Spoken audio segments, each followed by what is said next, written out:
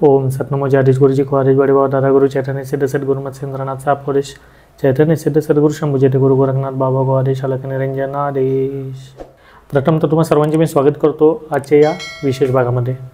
पहा, आतापर्यंत चॅनलच्या माध्यमातून किंवा व्हिडिओच्या माध्यमातून जे तुम्हा सर्वांपर्यंत माहिती देण्याचा प्रयत्न केला किंवा कोणतीही माहिती देत असताना त्याला कोणत्या ना कोणत्या पद्धतीचं शास्त्र किंवा शास्त्रसंमत माहिती तुम्हाला देण्याचा जो प्रयत्न केला, त्याच अनुषंगाने कुठेतरी आजचा सुद्धा भाग हा तुमच्या ज्ञानामध्ये भर पडणार आणि तुमच्यापर्यंत ही माहिती पोहोचणं तितकंच महत्त्वाचं आहे हे समजून सांगण्याचा प्रयत्नाच्या भागामध्ये आम्ही केलेला आहे। प्रेत योनी किंवा ज्याच्यामध्ये भूत प्रेत पिशाचे कशा रीतीने एखाद्या व्यक्तिरेखेवरती हावी होऊ शकतात किंवा ते हावी होऊ नये म्हणून आपण यांच्यापासून बचाव करण्यासाठी काय केलं गेलं पाहिजे, कोणत्या गोष्टी कोणत्या वस्तूंना आपण हात लावू नये यावरती माहिती सांगण्याचा हा आजच्या व्हिडिओमध्ये प्रयत्न आपण केलेला आहे। मुळामध्ये आधी हे समजून घ्या की प्रेत नामक जे आहे ही एक योनी आहे। आपल्या धर्मशास्त्राप्रमाणे 84 लक्ष योनी या मांडल्या गेलेल्या आहेत। ह्या 84 लक्ष योनीमध्ये मनुष्य योनी ही सर्वोत्तम आणि सर्वात वरती येणारी योनी कोणती असेल ही मनुष्य योनी आहे, म्हणजे मनुष्याचा जन्म आहे। याच मनुष्याच्या जन्माप्रमाणे 84 लक्ष जन्म हे व्यक्तिरेखेला घ्यावे लागतात, त्याच्यानंतर मनुष्याचा जन्म भेटतो हे आपल्या सर्वांना माहिती आहे।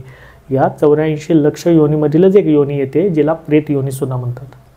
या प्रेत योनीच्याच अंडर किंवा याच प्रेत योनीच्या आतमध्ये किंवा याच्या माध्यमातून याच्यामध्ये अनेक प्रकार आपल्याला पाहायला मिळतात किंवा ते प्रकार खाली पडतात। मग हे प्रकार कोणते पडतात, ज्याच्यामध्ये आपण ब्रह्मराक्षस म्हणतो, आत्मा म्हणतो, खवीस म्हणतो किंवा आगिया वेताळ म्हणतो किंवा डाव म्हणतो किंवा पानबुड्या म्हणतो किंवा हडळ म्हणतो। थोडक्यामध्ये भूतांचे जेवढे प्रकार येतात हे सर्वचे सर्व प्रकार हे प्रेत नामक योनीच्या अंतर्गतामध्ये येतात किंवा अंतर्गत येतात। त्यामुळे प्रेत नामक जे आहे ज्याच्या अंडरमध्ये भूत प्रेत पिशाचे हे येतात ही मुख्यत्वे एक योनी आहे। त्यामुळे हे सर्वप्रथम समजून घ्या की 84 लाख म्हणजे 84 लक्ष योनीमध्ये प्रेत नामक ही सुद्धा ही योनी शास्त्रामध्ये मांडली गेलेली आहे। बरं, आता हे प्रेत योनी किंवा भूत प्रेत यांना स्वतःचे शरीर असते का हा प्रश्न समजून घेण्याचा भाग याच्यामध्ये निश्चितपणे आहे।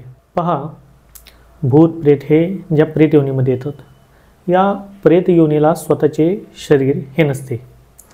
मुळामध्ये ही वायू प्रधान योनी मानली गेलेली आहे किंवा ह्याचं जे तत्व आहे, जसं आपलं जे शरीर आहे हे पंचतत्वापासून निर्मित मानलं गेलेलं आहे, त्याच अनुषंगाने जे भूत असेल प्रेत असेल हे वायू तत्व प्रधान योनी मानली गेलेली आहे, म्हणजे यांचा संचार हा वायू रूपाने असतो। बरं, आता पुढे जाण्याच्या आधी समजून घेणे हे महत्त्वाचं आहे की प्रेत योनीमध्ये कोणते व्यक्तिरेखा जातात किंवा प्रेत योनीमध्ये कोणता जीव जातो। यापूर्वीच्या व्हिडिओच्या माध्यमातून मी तुम्हाला ही सर्व माहिती सांगितलेली सुद्धा आहे, परंतु जे व्यक्तिरेखा आता नवीन जुडले गेलेले आहेत, नवीन सबस्क्रायबर वर्कर जे चॅनलच्या माध्यमातून जॉईन झालेले आहेत त्यांच्यासाठी हा विषय महत्त्वाचा तितकाच ठरणार आहे। त्यामुळे समजून घ्या की प्रेत योनीमध्ये ते व्यक्तिरेखा जातात ज्यांची मृत्यू ही अकस्मातपणे झालेली असते किंवा वेळेच्या आधी झालेली असते।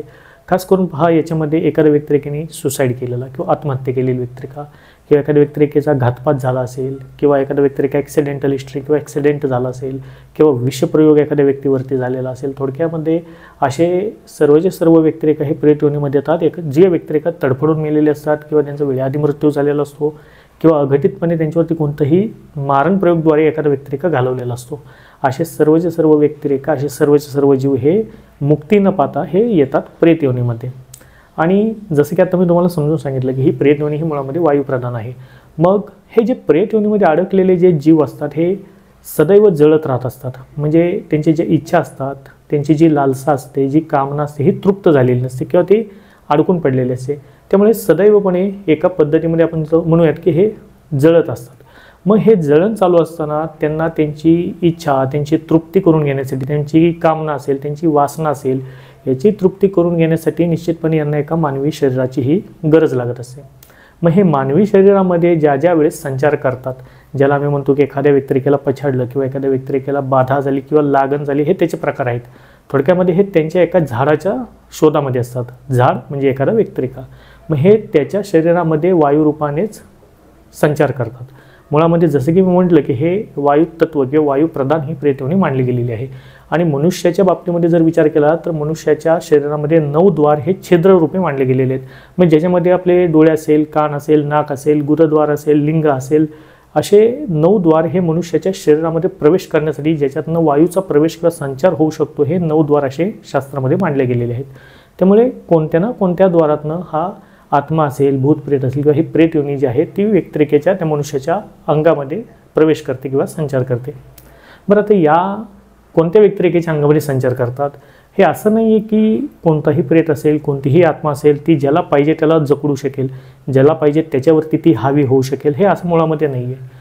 ते त्याच व्यक्तिरेखेवरती हावी होतात किंवा त्याच व्यक्तिरेखेला किंवा तो एखादा व्यक्तिरेखा तोच पकडला जातो ज्याच्या पाठीमागे इष्टबल कमी आहे, त्याची आराध्य देवता कमी आहे, उपास्य देवता त्याने कधी केलेली नाही आहे, गुरु त्याच्या पाठीमागे बलवत्तर नाही आहे किंवा एखादं कवच त्याने सिद्ध केलं नाही आहे, गळ्यामध्ये एखाद्याच्या कवच किंवा रक्षासूत्र रक्षाताईत एखाद्याच्या गळ्यामध्ये नसेल, असे थोडक्यात जे व्यक्तिरेखा राहतात जे धार्मिकदृष्ट्या किंवा आध्यात्मिक बल ज्या व्यक्तिरेखेचं कमी असतं अशी व्यक्तिरेखा या प्रेत योनीच्या जखडांमध्ये थोडक्यामध्ये हे कॅप्चरमध्ये खूप लवकर येतात.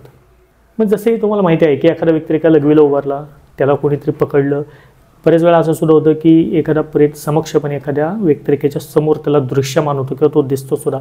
एखादी आत्मा त्याची जी ॲक्टिव्हिटी असते अचानकपणे एखाद्या व्यक्तिरेखेला दिसते, त्यानंतर तो व्यक्तिरेखा पछाडलेल्या अवस्थेत जातो, आजारी पडतो किंवा ज्याचे डोळे लाल होतात, अचानकपणे त्याच्या वृत्तीमध्ये बदल निर्माण होतो, जो वागत आहे त्याच्या विपरीत वागायला तो सुरुवात करतो, कुणाचं ऐकत नाही किंवा घरामध्ये द्वेष निर्माण करायला सुरुवात करतात.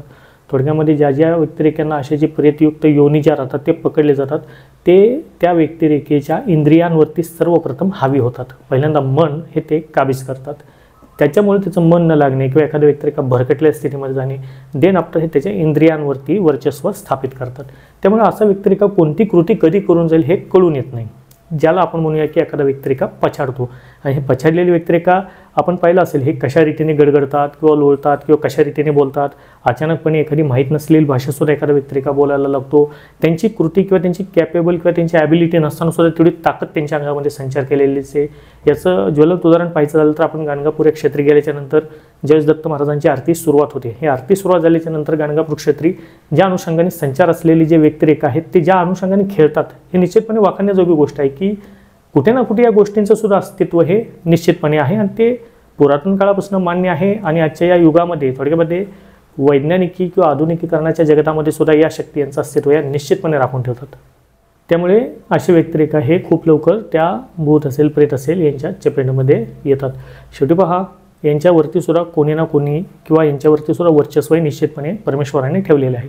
आणि हे खास करून प्रेत योनी असेल किंवा जेवढे भूतगण आहेत हे सर्व भूतनाथ म्हणजेच महादेवाच्याच अंडरमध्ये येतात. म्हणजे यांचेसुद्धा इष्ट आराध्य हे भगवान शिवशंकर म्हणजे शंभू महादेवच आहेत. त्यामुळे ज्या व्यक्तिरेखेचं आध्यात्मिक बल कमी आहे, आध्यात्मिक ऊर्जा कमी आहे, एखाद्याचं कवच सिद्ध नसेल, त्याने रक्षासूत्र धारण केलेलं नसेल, त्याचं इष्ट आराध्य हे बलवत्तर नसेल, ज्याचा पुण्यक्षय हा झालेला असेल आणि पापाची क्षमता किंवा पापाचं भंडार हा जास्त प्रमाणामध्ये झालेला असेल, ग्रहमान विपरीत दिशेला जात असेल, अशा व्यक्तिरेखा खूप लवकर अशा या वाईट शक्तीच्या प्रादुर्भावामध्ये येतात. खास करून ज्या ज्या वेळेस एखादा व्यक्तिरेखा हा अपवित्र अवस्थेमध्ये असेल किंवा एखादी स्त्री ही अपवित्र अवस्थेमध्ये असेल त्यावेळेस पछाडण्याचे प्रमाण हे निश्चितपणे जास्त प्रमाणामध्ये असते. किंवा संध्याकाळची वेळ असेल, भर दुपारची वेळ असेल, चुकीची जागा असेल, स्मशानभूमीची जागा असेल, एखादा 3 रस्ता हमरस्ता असा असलेला रस्ता असेल किंवा ज्या ठिकाणी बधित अशा काही घटना झालेली असेल किंवा बधित जागा किंवा घरं तुम्ही स्वतः ऐकून असाल अशा ठिकाणची जी जागा असतात खास करून किंवा उतारे पडलेले असतात अशा ठिकाणी या ज्या ॲक्टिव्हिटी होतात ज्याला आपण म्हणू की एखाद्या व्यक्तीला पछाडण्याचं प्रमाण हे मॅक्झिमम होताना आपल्याला दिसते. काही ठिकाणी किंवा बरेच वेळा आपण हे सुद्धा ऐकलेलं आहे किंवा आपल्याला श्रीमद भागवतमध्ये सुद्धा आपल्याला प्रेताचा जो कथा आहे किंवा जो अध्याय आहे तो सुद्धा आपल्याला पाहायला मिळतो की अनेक साधू संत किंवा जे संत पुरुष आहेत त्यांच्यासमोर सुद्धा प्रेत हे प्रकट रूपाने उपस्थित होतात. बरे उपस्थित का झालेले असतात किंवा साधू असेल संत असेल यांच्यासमोर कधी कधी प्रेत हे समक्ष रूपाने येतात सुद्धा. हे येत यासाठीच असतात कारण त्यांना मुक्ती हवी असते किंवा जे त्या प्रेत योनीमध्ये अडकलेले आहेत त्या योनीतून त्यांना मुक्तता हवी असते, त्याच्यातून त्यांना बाहेर किंवा त्यांना सद्गती हवी असते पुढील जन्मासाठी. त्यामुळे ते साधू संत सज्जन वर्ग यांच्या संपर्कामध्ये येत असतात का तर त्याच्यामागे स्वार्थ त्यांना मुक्ती पाहण्याचा असतो. याच्या अपोजिट विचार केला खास करून तांत्रिकांचा तर तांत्रिक हे कोणतेही प्रेत असेल कोणतीही आत्मा असेल याला ते वश करतात, हे काबीज करत असतात. का तर या प्रेतांकडनं तांत्रिकांना करून घ्यायचे असतात ते कार्य. कारण तांत्रिकांकडे काही सिद्धी असतात, काही मंत्र सामर्थ्य असतात. या मंत्र सामर्थ्याच्या जोरावरती एखादा तांत्रिक हा कोणताही प्रेताला हा वश करू शकतो. किंवा अनेक वेळा असं सुद्धा पाहण्यात येतं की ज्या व्यक्तिरेखेचं क्रियाकर्म व्यवस्थित झालं नसेल किंवा ज्या हिस्ट्री जे सुसायडियल हिस्ट्री असेल म्हणजे ज्याला आपण म्हणू की आत्महत्या कोणी गेलेली असेल किंवा ॲक्सिडेंटल कोणाची हिस्ट्री झालेली असेल किंवा घातपातीची योग झालेली असेल असा व्यक्तिरेखा गेल्याच्यानंतर जर हे क्रियाकर्म हे व्यवस्थितरित्या झाले नाहीत तर अशा आत्म्यांना काबीज करायची क्षमता किंवा ती ताकद, ते सामर्थ्य तांत्रिकांमध्ये असते. त्यामुळे अशा व्यतिरेकांची कवटी असेल किंवा अशा सर्व गोष्टी जे काही हे तांत्रिक लोक सिद्ध करतात किंवा ते लवकर ते घेण्यासाठी प्रवृत्त होतात आणि त्यानंतरच ते आत्मा त्यांच्या वशमध्ये झाल्याच्यानं त्याच्याकडून ते कार्य करून घेतात. शेवटी पहा, समजून घ्या, ही आत्मा असेल किंवा प्रेतयोनी असेल हे सदैव अतृप्त असते. यांना तृप्ती हवी असते आणि सर्वसामान्य वर्ग किंवा सर्वसामान्य व्यतिरेक हा एखाद्या आत्म्याला, एखाद्या प्रेतला पाहू शकत नाही. ह्यांना तेच व्यतिरेका पाहू शकतात. खास करून जे साधू आहेत, संत आहेत किंवा तांत्रिक लोक आहेत, हे लोक त्यांना पाहू शकतात, त्यांच्याशी बोलूसुद्धा शकतात. त्यामुळे तांत्रिकावरती एखादा प्रेत किंवा आत्मा ज्यावेळेस बोलत असते थोडक्यामध्ये, त्यावेळेस त्याला सुद्धा कुठेतरी आशा असते की जर मी कुणाला दिसत नसेल परंतु अमुक एखाद्या व्यक्तीला, अमुक या तांत्रिकाला जर मी दिसत आहे तर याच्यामार्फत माझं कार्य होईल, म्हणजे त्याला एखाद्याला मुक्ती मिळालं असं त्याची अपेक्षा असते. मग ह्याला तृप्ती करण्यासाठी किंवा त्याची मुक्ती करण्यासाठी तो तांत्रिक त्याच्याकडनं कार्य करून घेत असतो. हे कार्य कसे केले जाते? हे दोन्ही पद्धतीने कार्य केले जातात. तो तांत्रिक डिपेंड ऑन आहे त्या तांत्रिकावरती, तो कोणतं कार्य एखाद्या प्रेताकडनं करून घेईल. हे कार्य मग चांगलेसुद्धा तो करून घेऊ शकतो आणि वाईटसुद्धा कार्य करून घेऊ शकतो. त्यामुळे आपण जे पाहतो, जे स्मशानी विद्या केली जाते किंवा ज्या तांत्रिकांच्या हातामध्ये कवटे असते, हे त्याला ते भोग देत असतात, ते नैवेद्य देत असतात. हा नैवेद्य असतो दारू, मटण किंवा जे त्याला इप्सिर असलेले जे काही पदार्थ आहेत, हे स्वतः ते प्रेत त्या तांत्रिकाला सांगत असते आणि त्यानुसार ते तांत्रिक लोक त्याला त्याचा हवा असलेला तो नैवेद्य प्रदान करत असतात. थोडक्यात त्याची ती तृप्ती करत असतात. त्या तृप्ती केल्याच्या बदल्यामध्ये त्यांचं जे कार्य आहे तो तांत्रिक त्या प्रेताकडनं करून घेत असतो. मग बरेच वेळा आपण हे सुद्धा ऐकतो की एखाद्या तांत्रिकांनी एखाद्या व्यतिरेकीवरती प्रेत सोडले किंवा एखाद्याच्या पाठीमागे प्रेत लावली. काही तर विषय असे आहेत जे एखाद्या घरातला होऊन गेलेल्या व्यतिरेकीलाच त्याच घरावरती ते तांत्रिक रिटर्न सोडतात, म्हणजे त्याचं प्रेत हे त्याच घरातल्या लोकांवरती सुद्धा मारण प्रयोगाद्वारे केले जातात. असे सुद्धा तांत्रिक मंत्र सामर्थ्याच्या जोरावरती करू शकतात. त्यामुळे हे तांत्रिक वर्ग किंवा टोने टोटके करणारे किंवा असे जे विद्या जाणकार जे तांत्रिक असतात यांच्यापासून सावध राहणं तितकंच महत्त्वाचं सुद्धा आहे. बरं, आता यांच्यापासून सावध राहणं म्हणण्यापेक्षा असतं यांना भिण्याची गरज नाही आहे. ज्या व्यतिरेकेचा सिद्ध एखादा दैवता, एखादी देवी त्याच्या मागे असेल, गुरुचा वरदहस्त व्यवस्थित त्याच्या मागे असेल, त्यांनी एखादं रक्षासूत्र किंवा ज्याला आपण म्हणून एखादं सिद्ध असलेला पाठ त्यांनी सिद्ध केला असेल किंवा कवच सिद्ध केला असेल, तर कोणतेही तंत्र असेल किंवा तांत्रिक असेल एखाद्या व्यतिरेकेचं हे सहजासहजी हा करू शकत नाही. आजच्या या टॉपिकचा मेन मुद्दा आहे की आत्तापर्यंत जे नॉलेज तुम्हाला दिलं त्याच्यामध्ये आणखीन काही महत्त्वाच्या गोष्टी आहेत ते तुम्हाला समजणं तितकंच महत्त्वाचं आहे. त्या अनुषंगाने पहा, बरेच वेळा आपण पाहतो की ज्यावेळेस एखादा तांत्रिक तंत्रक्रिया करत असेल, प्रेताला वश करत असेल, आत्मा असेल, भूत असेल, त्याला वश करत असेल, एखाद्या व्यतिरेकीवरनं काढत असेल, तर याच्यामध्ये दोन मार्ग, तो थोडक्यामध्ये त्यांनी दोन मार्गाद्वारे कार्य केलेले असते. एक तर त्याची पूर्णपणे बांधणी करून त्याला मंत्राद्वारे किलीत केलेलं असते किंवा त्याला तो कुठेतरी एखाद्या वस्तूमध्ये जकडण करून त्याला तो सोडून देत असतो. ह्या दोनपैकी कार्य हे तांत्रिक लोक करत असतात.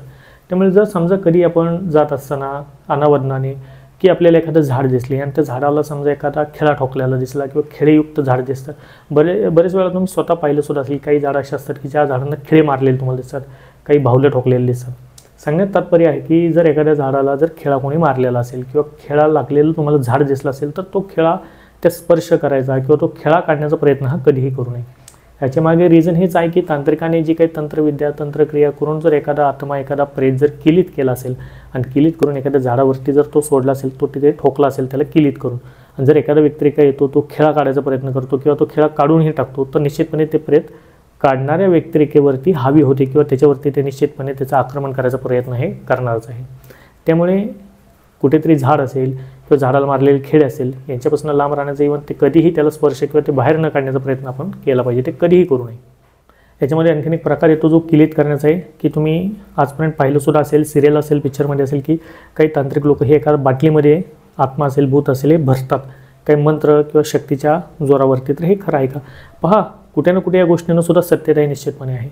बाटलीमध्ये सुद्धा किंवा ज्याला आपण म्हणू पोटली, याच्यामध्ये सुद्धा आत्मा असेल, प्रेत असेल, याला मंत्रशक्तीच्या जोरावरती हे किलीत केले जाते. याला किलीत करणे म्हणतात. हे त्याला त्यामध्ये पॅक केले जाते, जेणेकरून जर ते एखादं प्रेत किंवा ते आत्मा जर ऐकत नसेल किंवा त्या तांत्रिकाचं ऐकत नसेल, तर त्याला सर्व समाजाच्या कल्याणासाठी, मनुष्यांच्या कल्याणासाठी त्याला एखाद्या वस्तूमध्ये बंद केले जाते, त्याला कील लावली जाते, किलीत केले जाते आणि ते पॅक केलेले असते ते टाकून दिले जाते, अदरवाईज ते गाडले जाते. त्यामुळे जर समजा बरेच वेळा असं सुद्धा होऊ शकतं, काही घटना अशा सुद्धा होतात की घराचं बांधकाम चालू आहे किंवा आपण ज्या घरामध्ये राहत असेल त्या घराच्या आसपास आपण काही उकरत असेल, तर घराच्या जमिनीमध्ये एखादी बाटली आपल्याला सापडली किंवा एखादी पोटली आपल्याला सापडली, तर ती उघडायचा प्रयत्न सहसा करू नये. कारण जर एखादी बाटली असेल ना, त्या बाटली जर आपण उघडत असेल तर कदाचित त्याच्यावरती कोणत्या तांत्रिकाने किलन करून एखादा प्रेत आत्मा त्याच्या बाटलीमध्ये थोडक्यामध्ये हा बंदिस्त करून तो गाडलेला सुद्धा असू शकतो, जो पूर्व इतिहासामध्ये असेल. त्यामुळे जरी तुम्हाला कोणत्या पद्धतीची बाटली, जे खाणकाम असेल, उकरण्याचे काम असेल, बांधकाम असेल, अशा वेळी जर सापडत असेल, जे रहस्यमय एखादी वस्तू तुम्हाला सापडत असेल, खास करून जी पॅक असेल, तर त्याला खोलण्याचा किंवा तो उघडण्याचा कधीही प्रयत्न करू नये.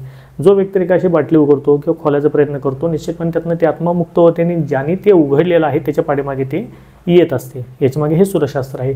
काही जाणकार लोक किंवा विद्वान लोक, खास करून जे समुद्र किंवा जे नदी या विभागाच्या जवळ राहणारे व्यक्तिरेखा आहेत, ज्यावेळेस ते मासेमारी करतात किंवा ज्यावेळेस ते नदी किंवा समुद्र याच्यामध्ये या प्रवाहाच्या नियमानुसार जे काही कार्य करत असेल किंवा जे काही त्यांचे काम करत असतात, त्यावेळेस बऱ्याच वेळा अशा बाटल्यासुद्धा त्यांना सापडतात की ज्याच्यामध्ये रहस्यमयरित्या त्या बाटल्याचे कधी पाहिलेले नाही, तशासुद्धा त्यांच्या गळाला लागतात, परंतु ते कधी उघडत नाहीत.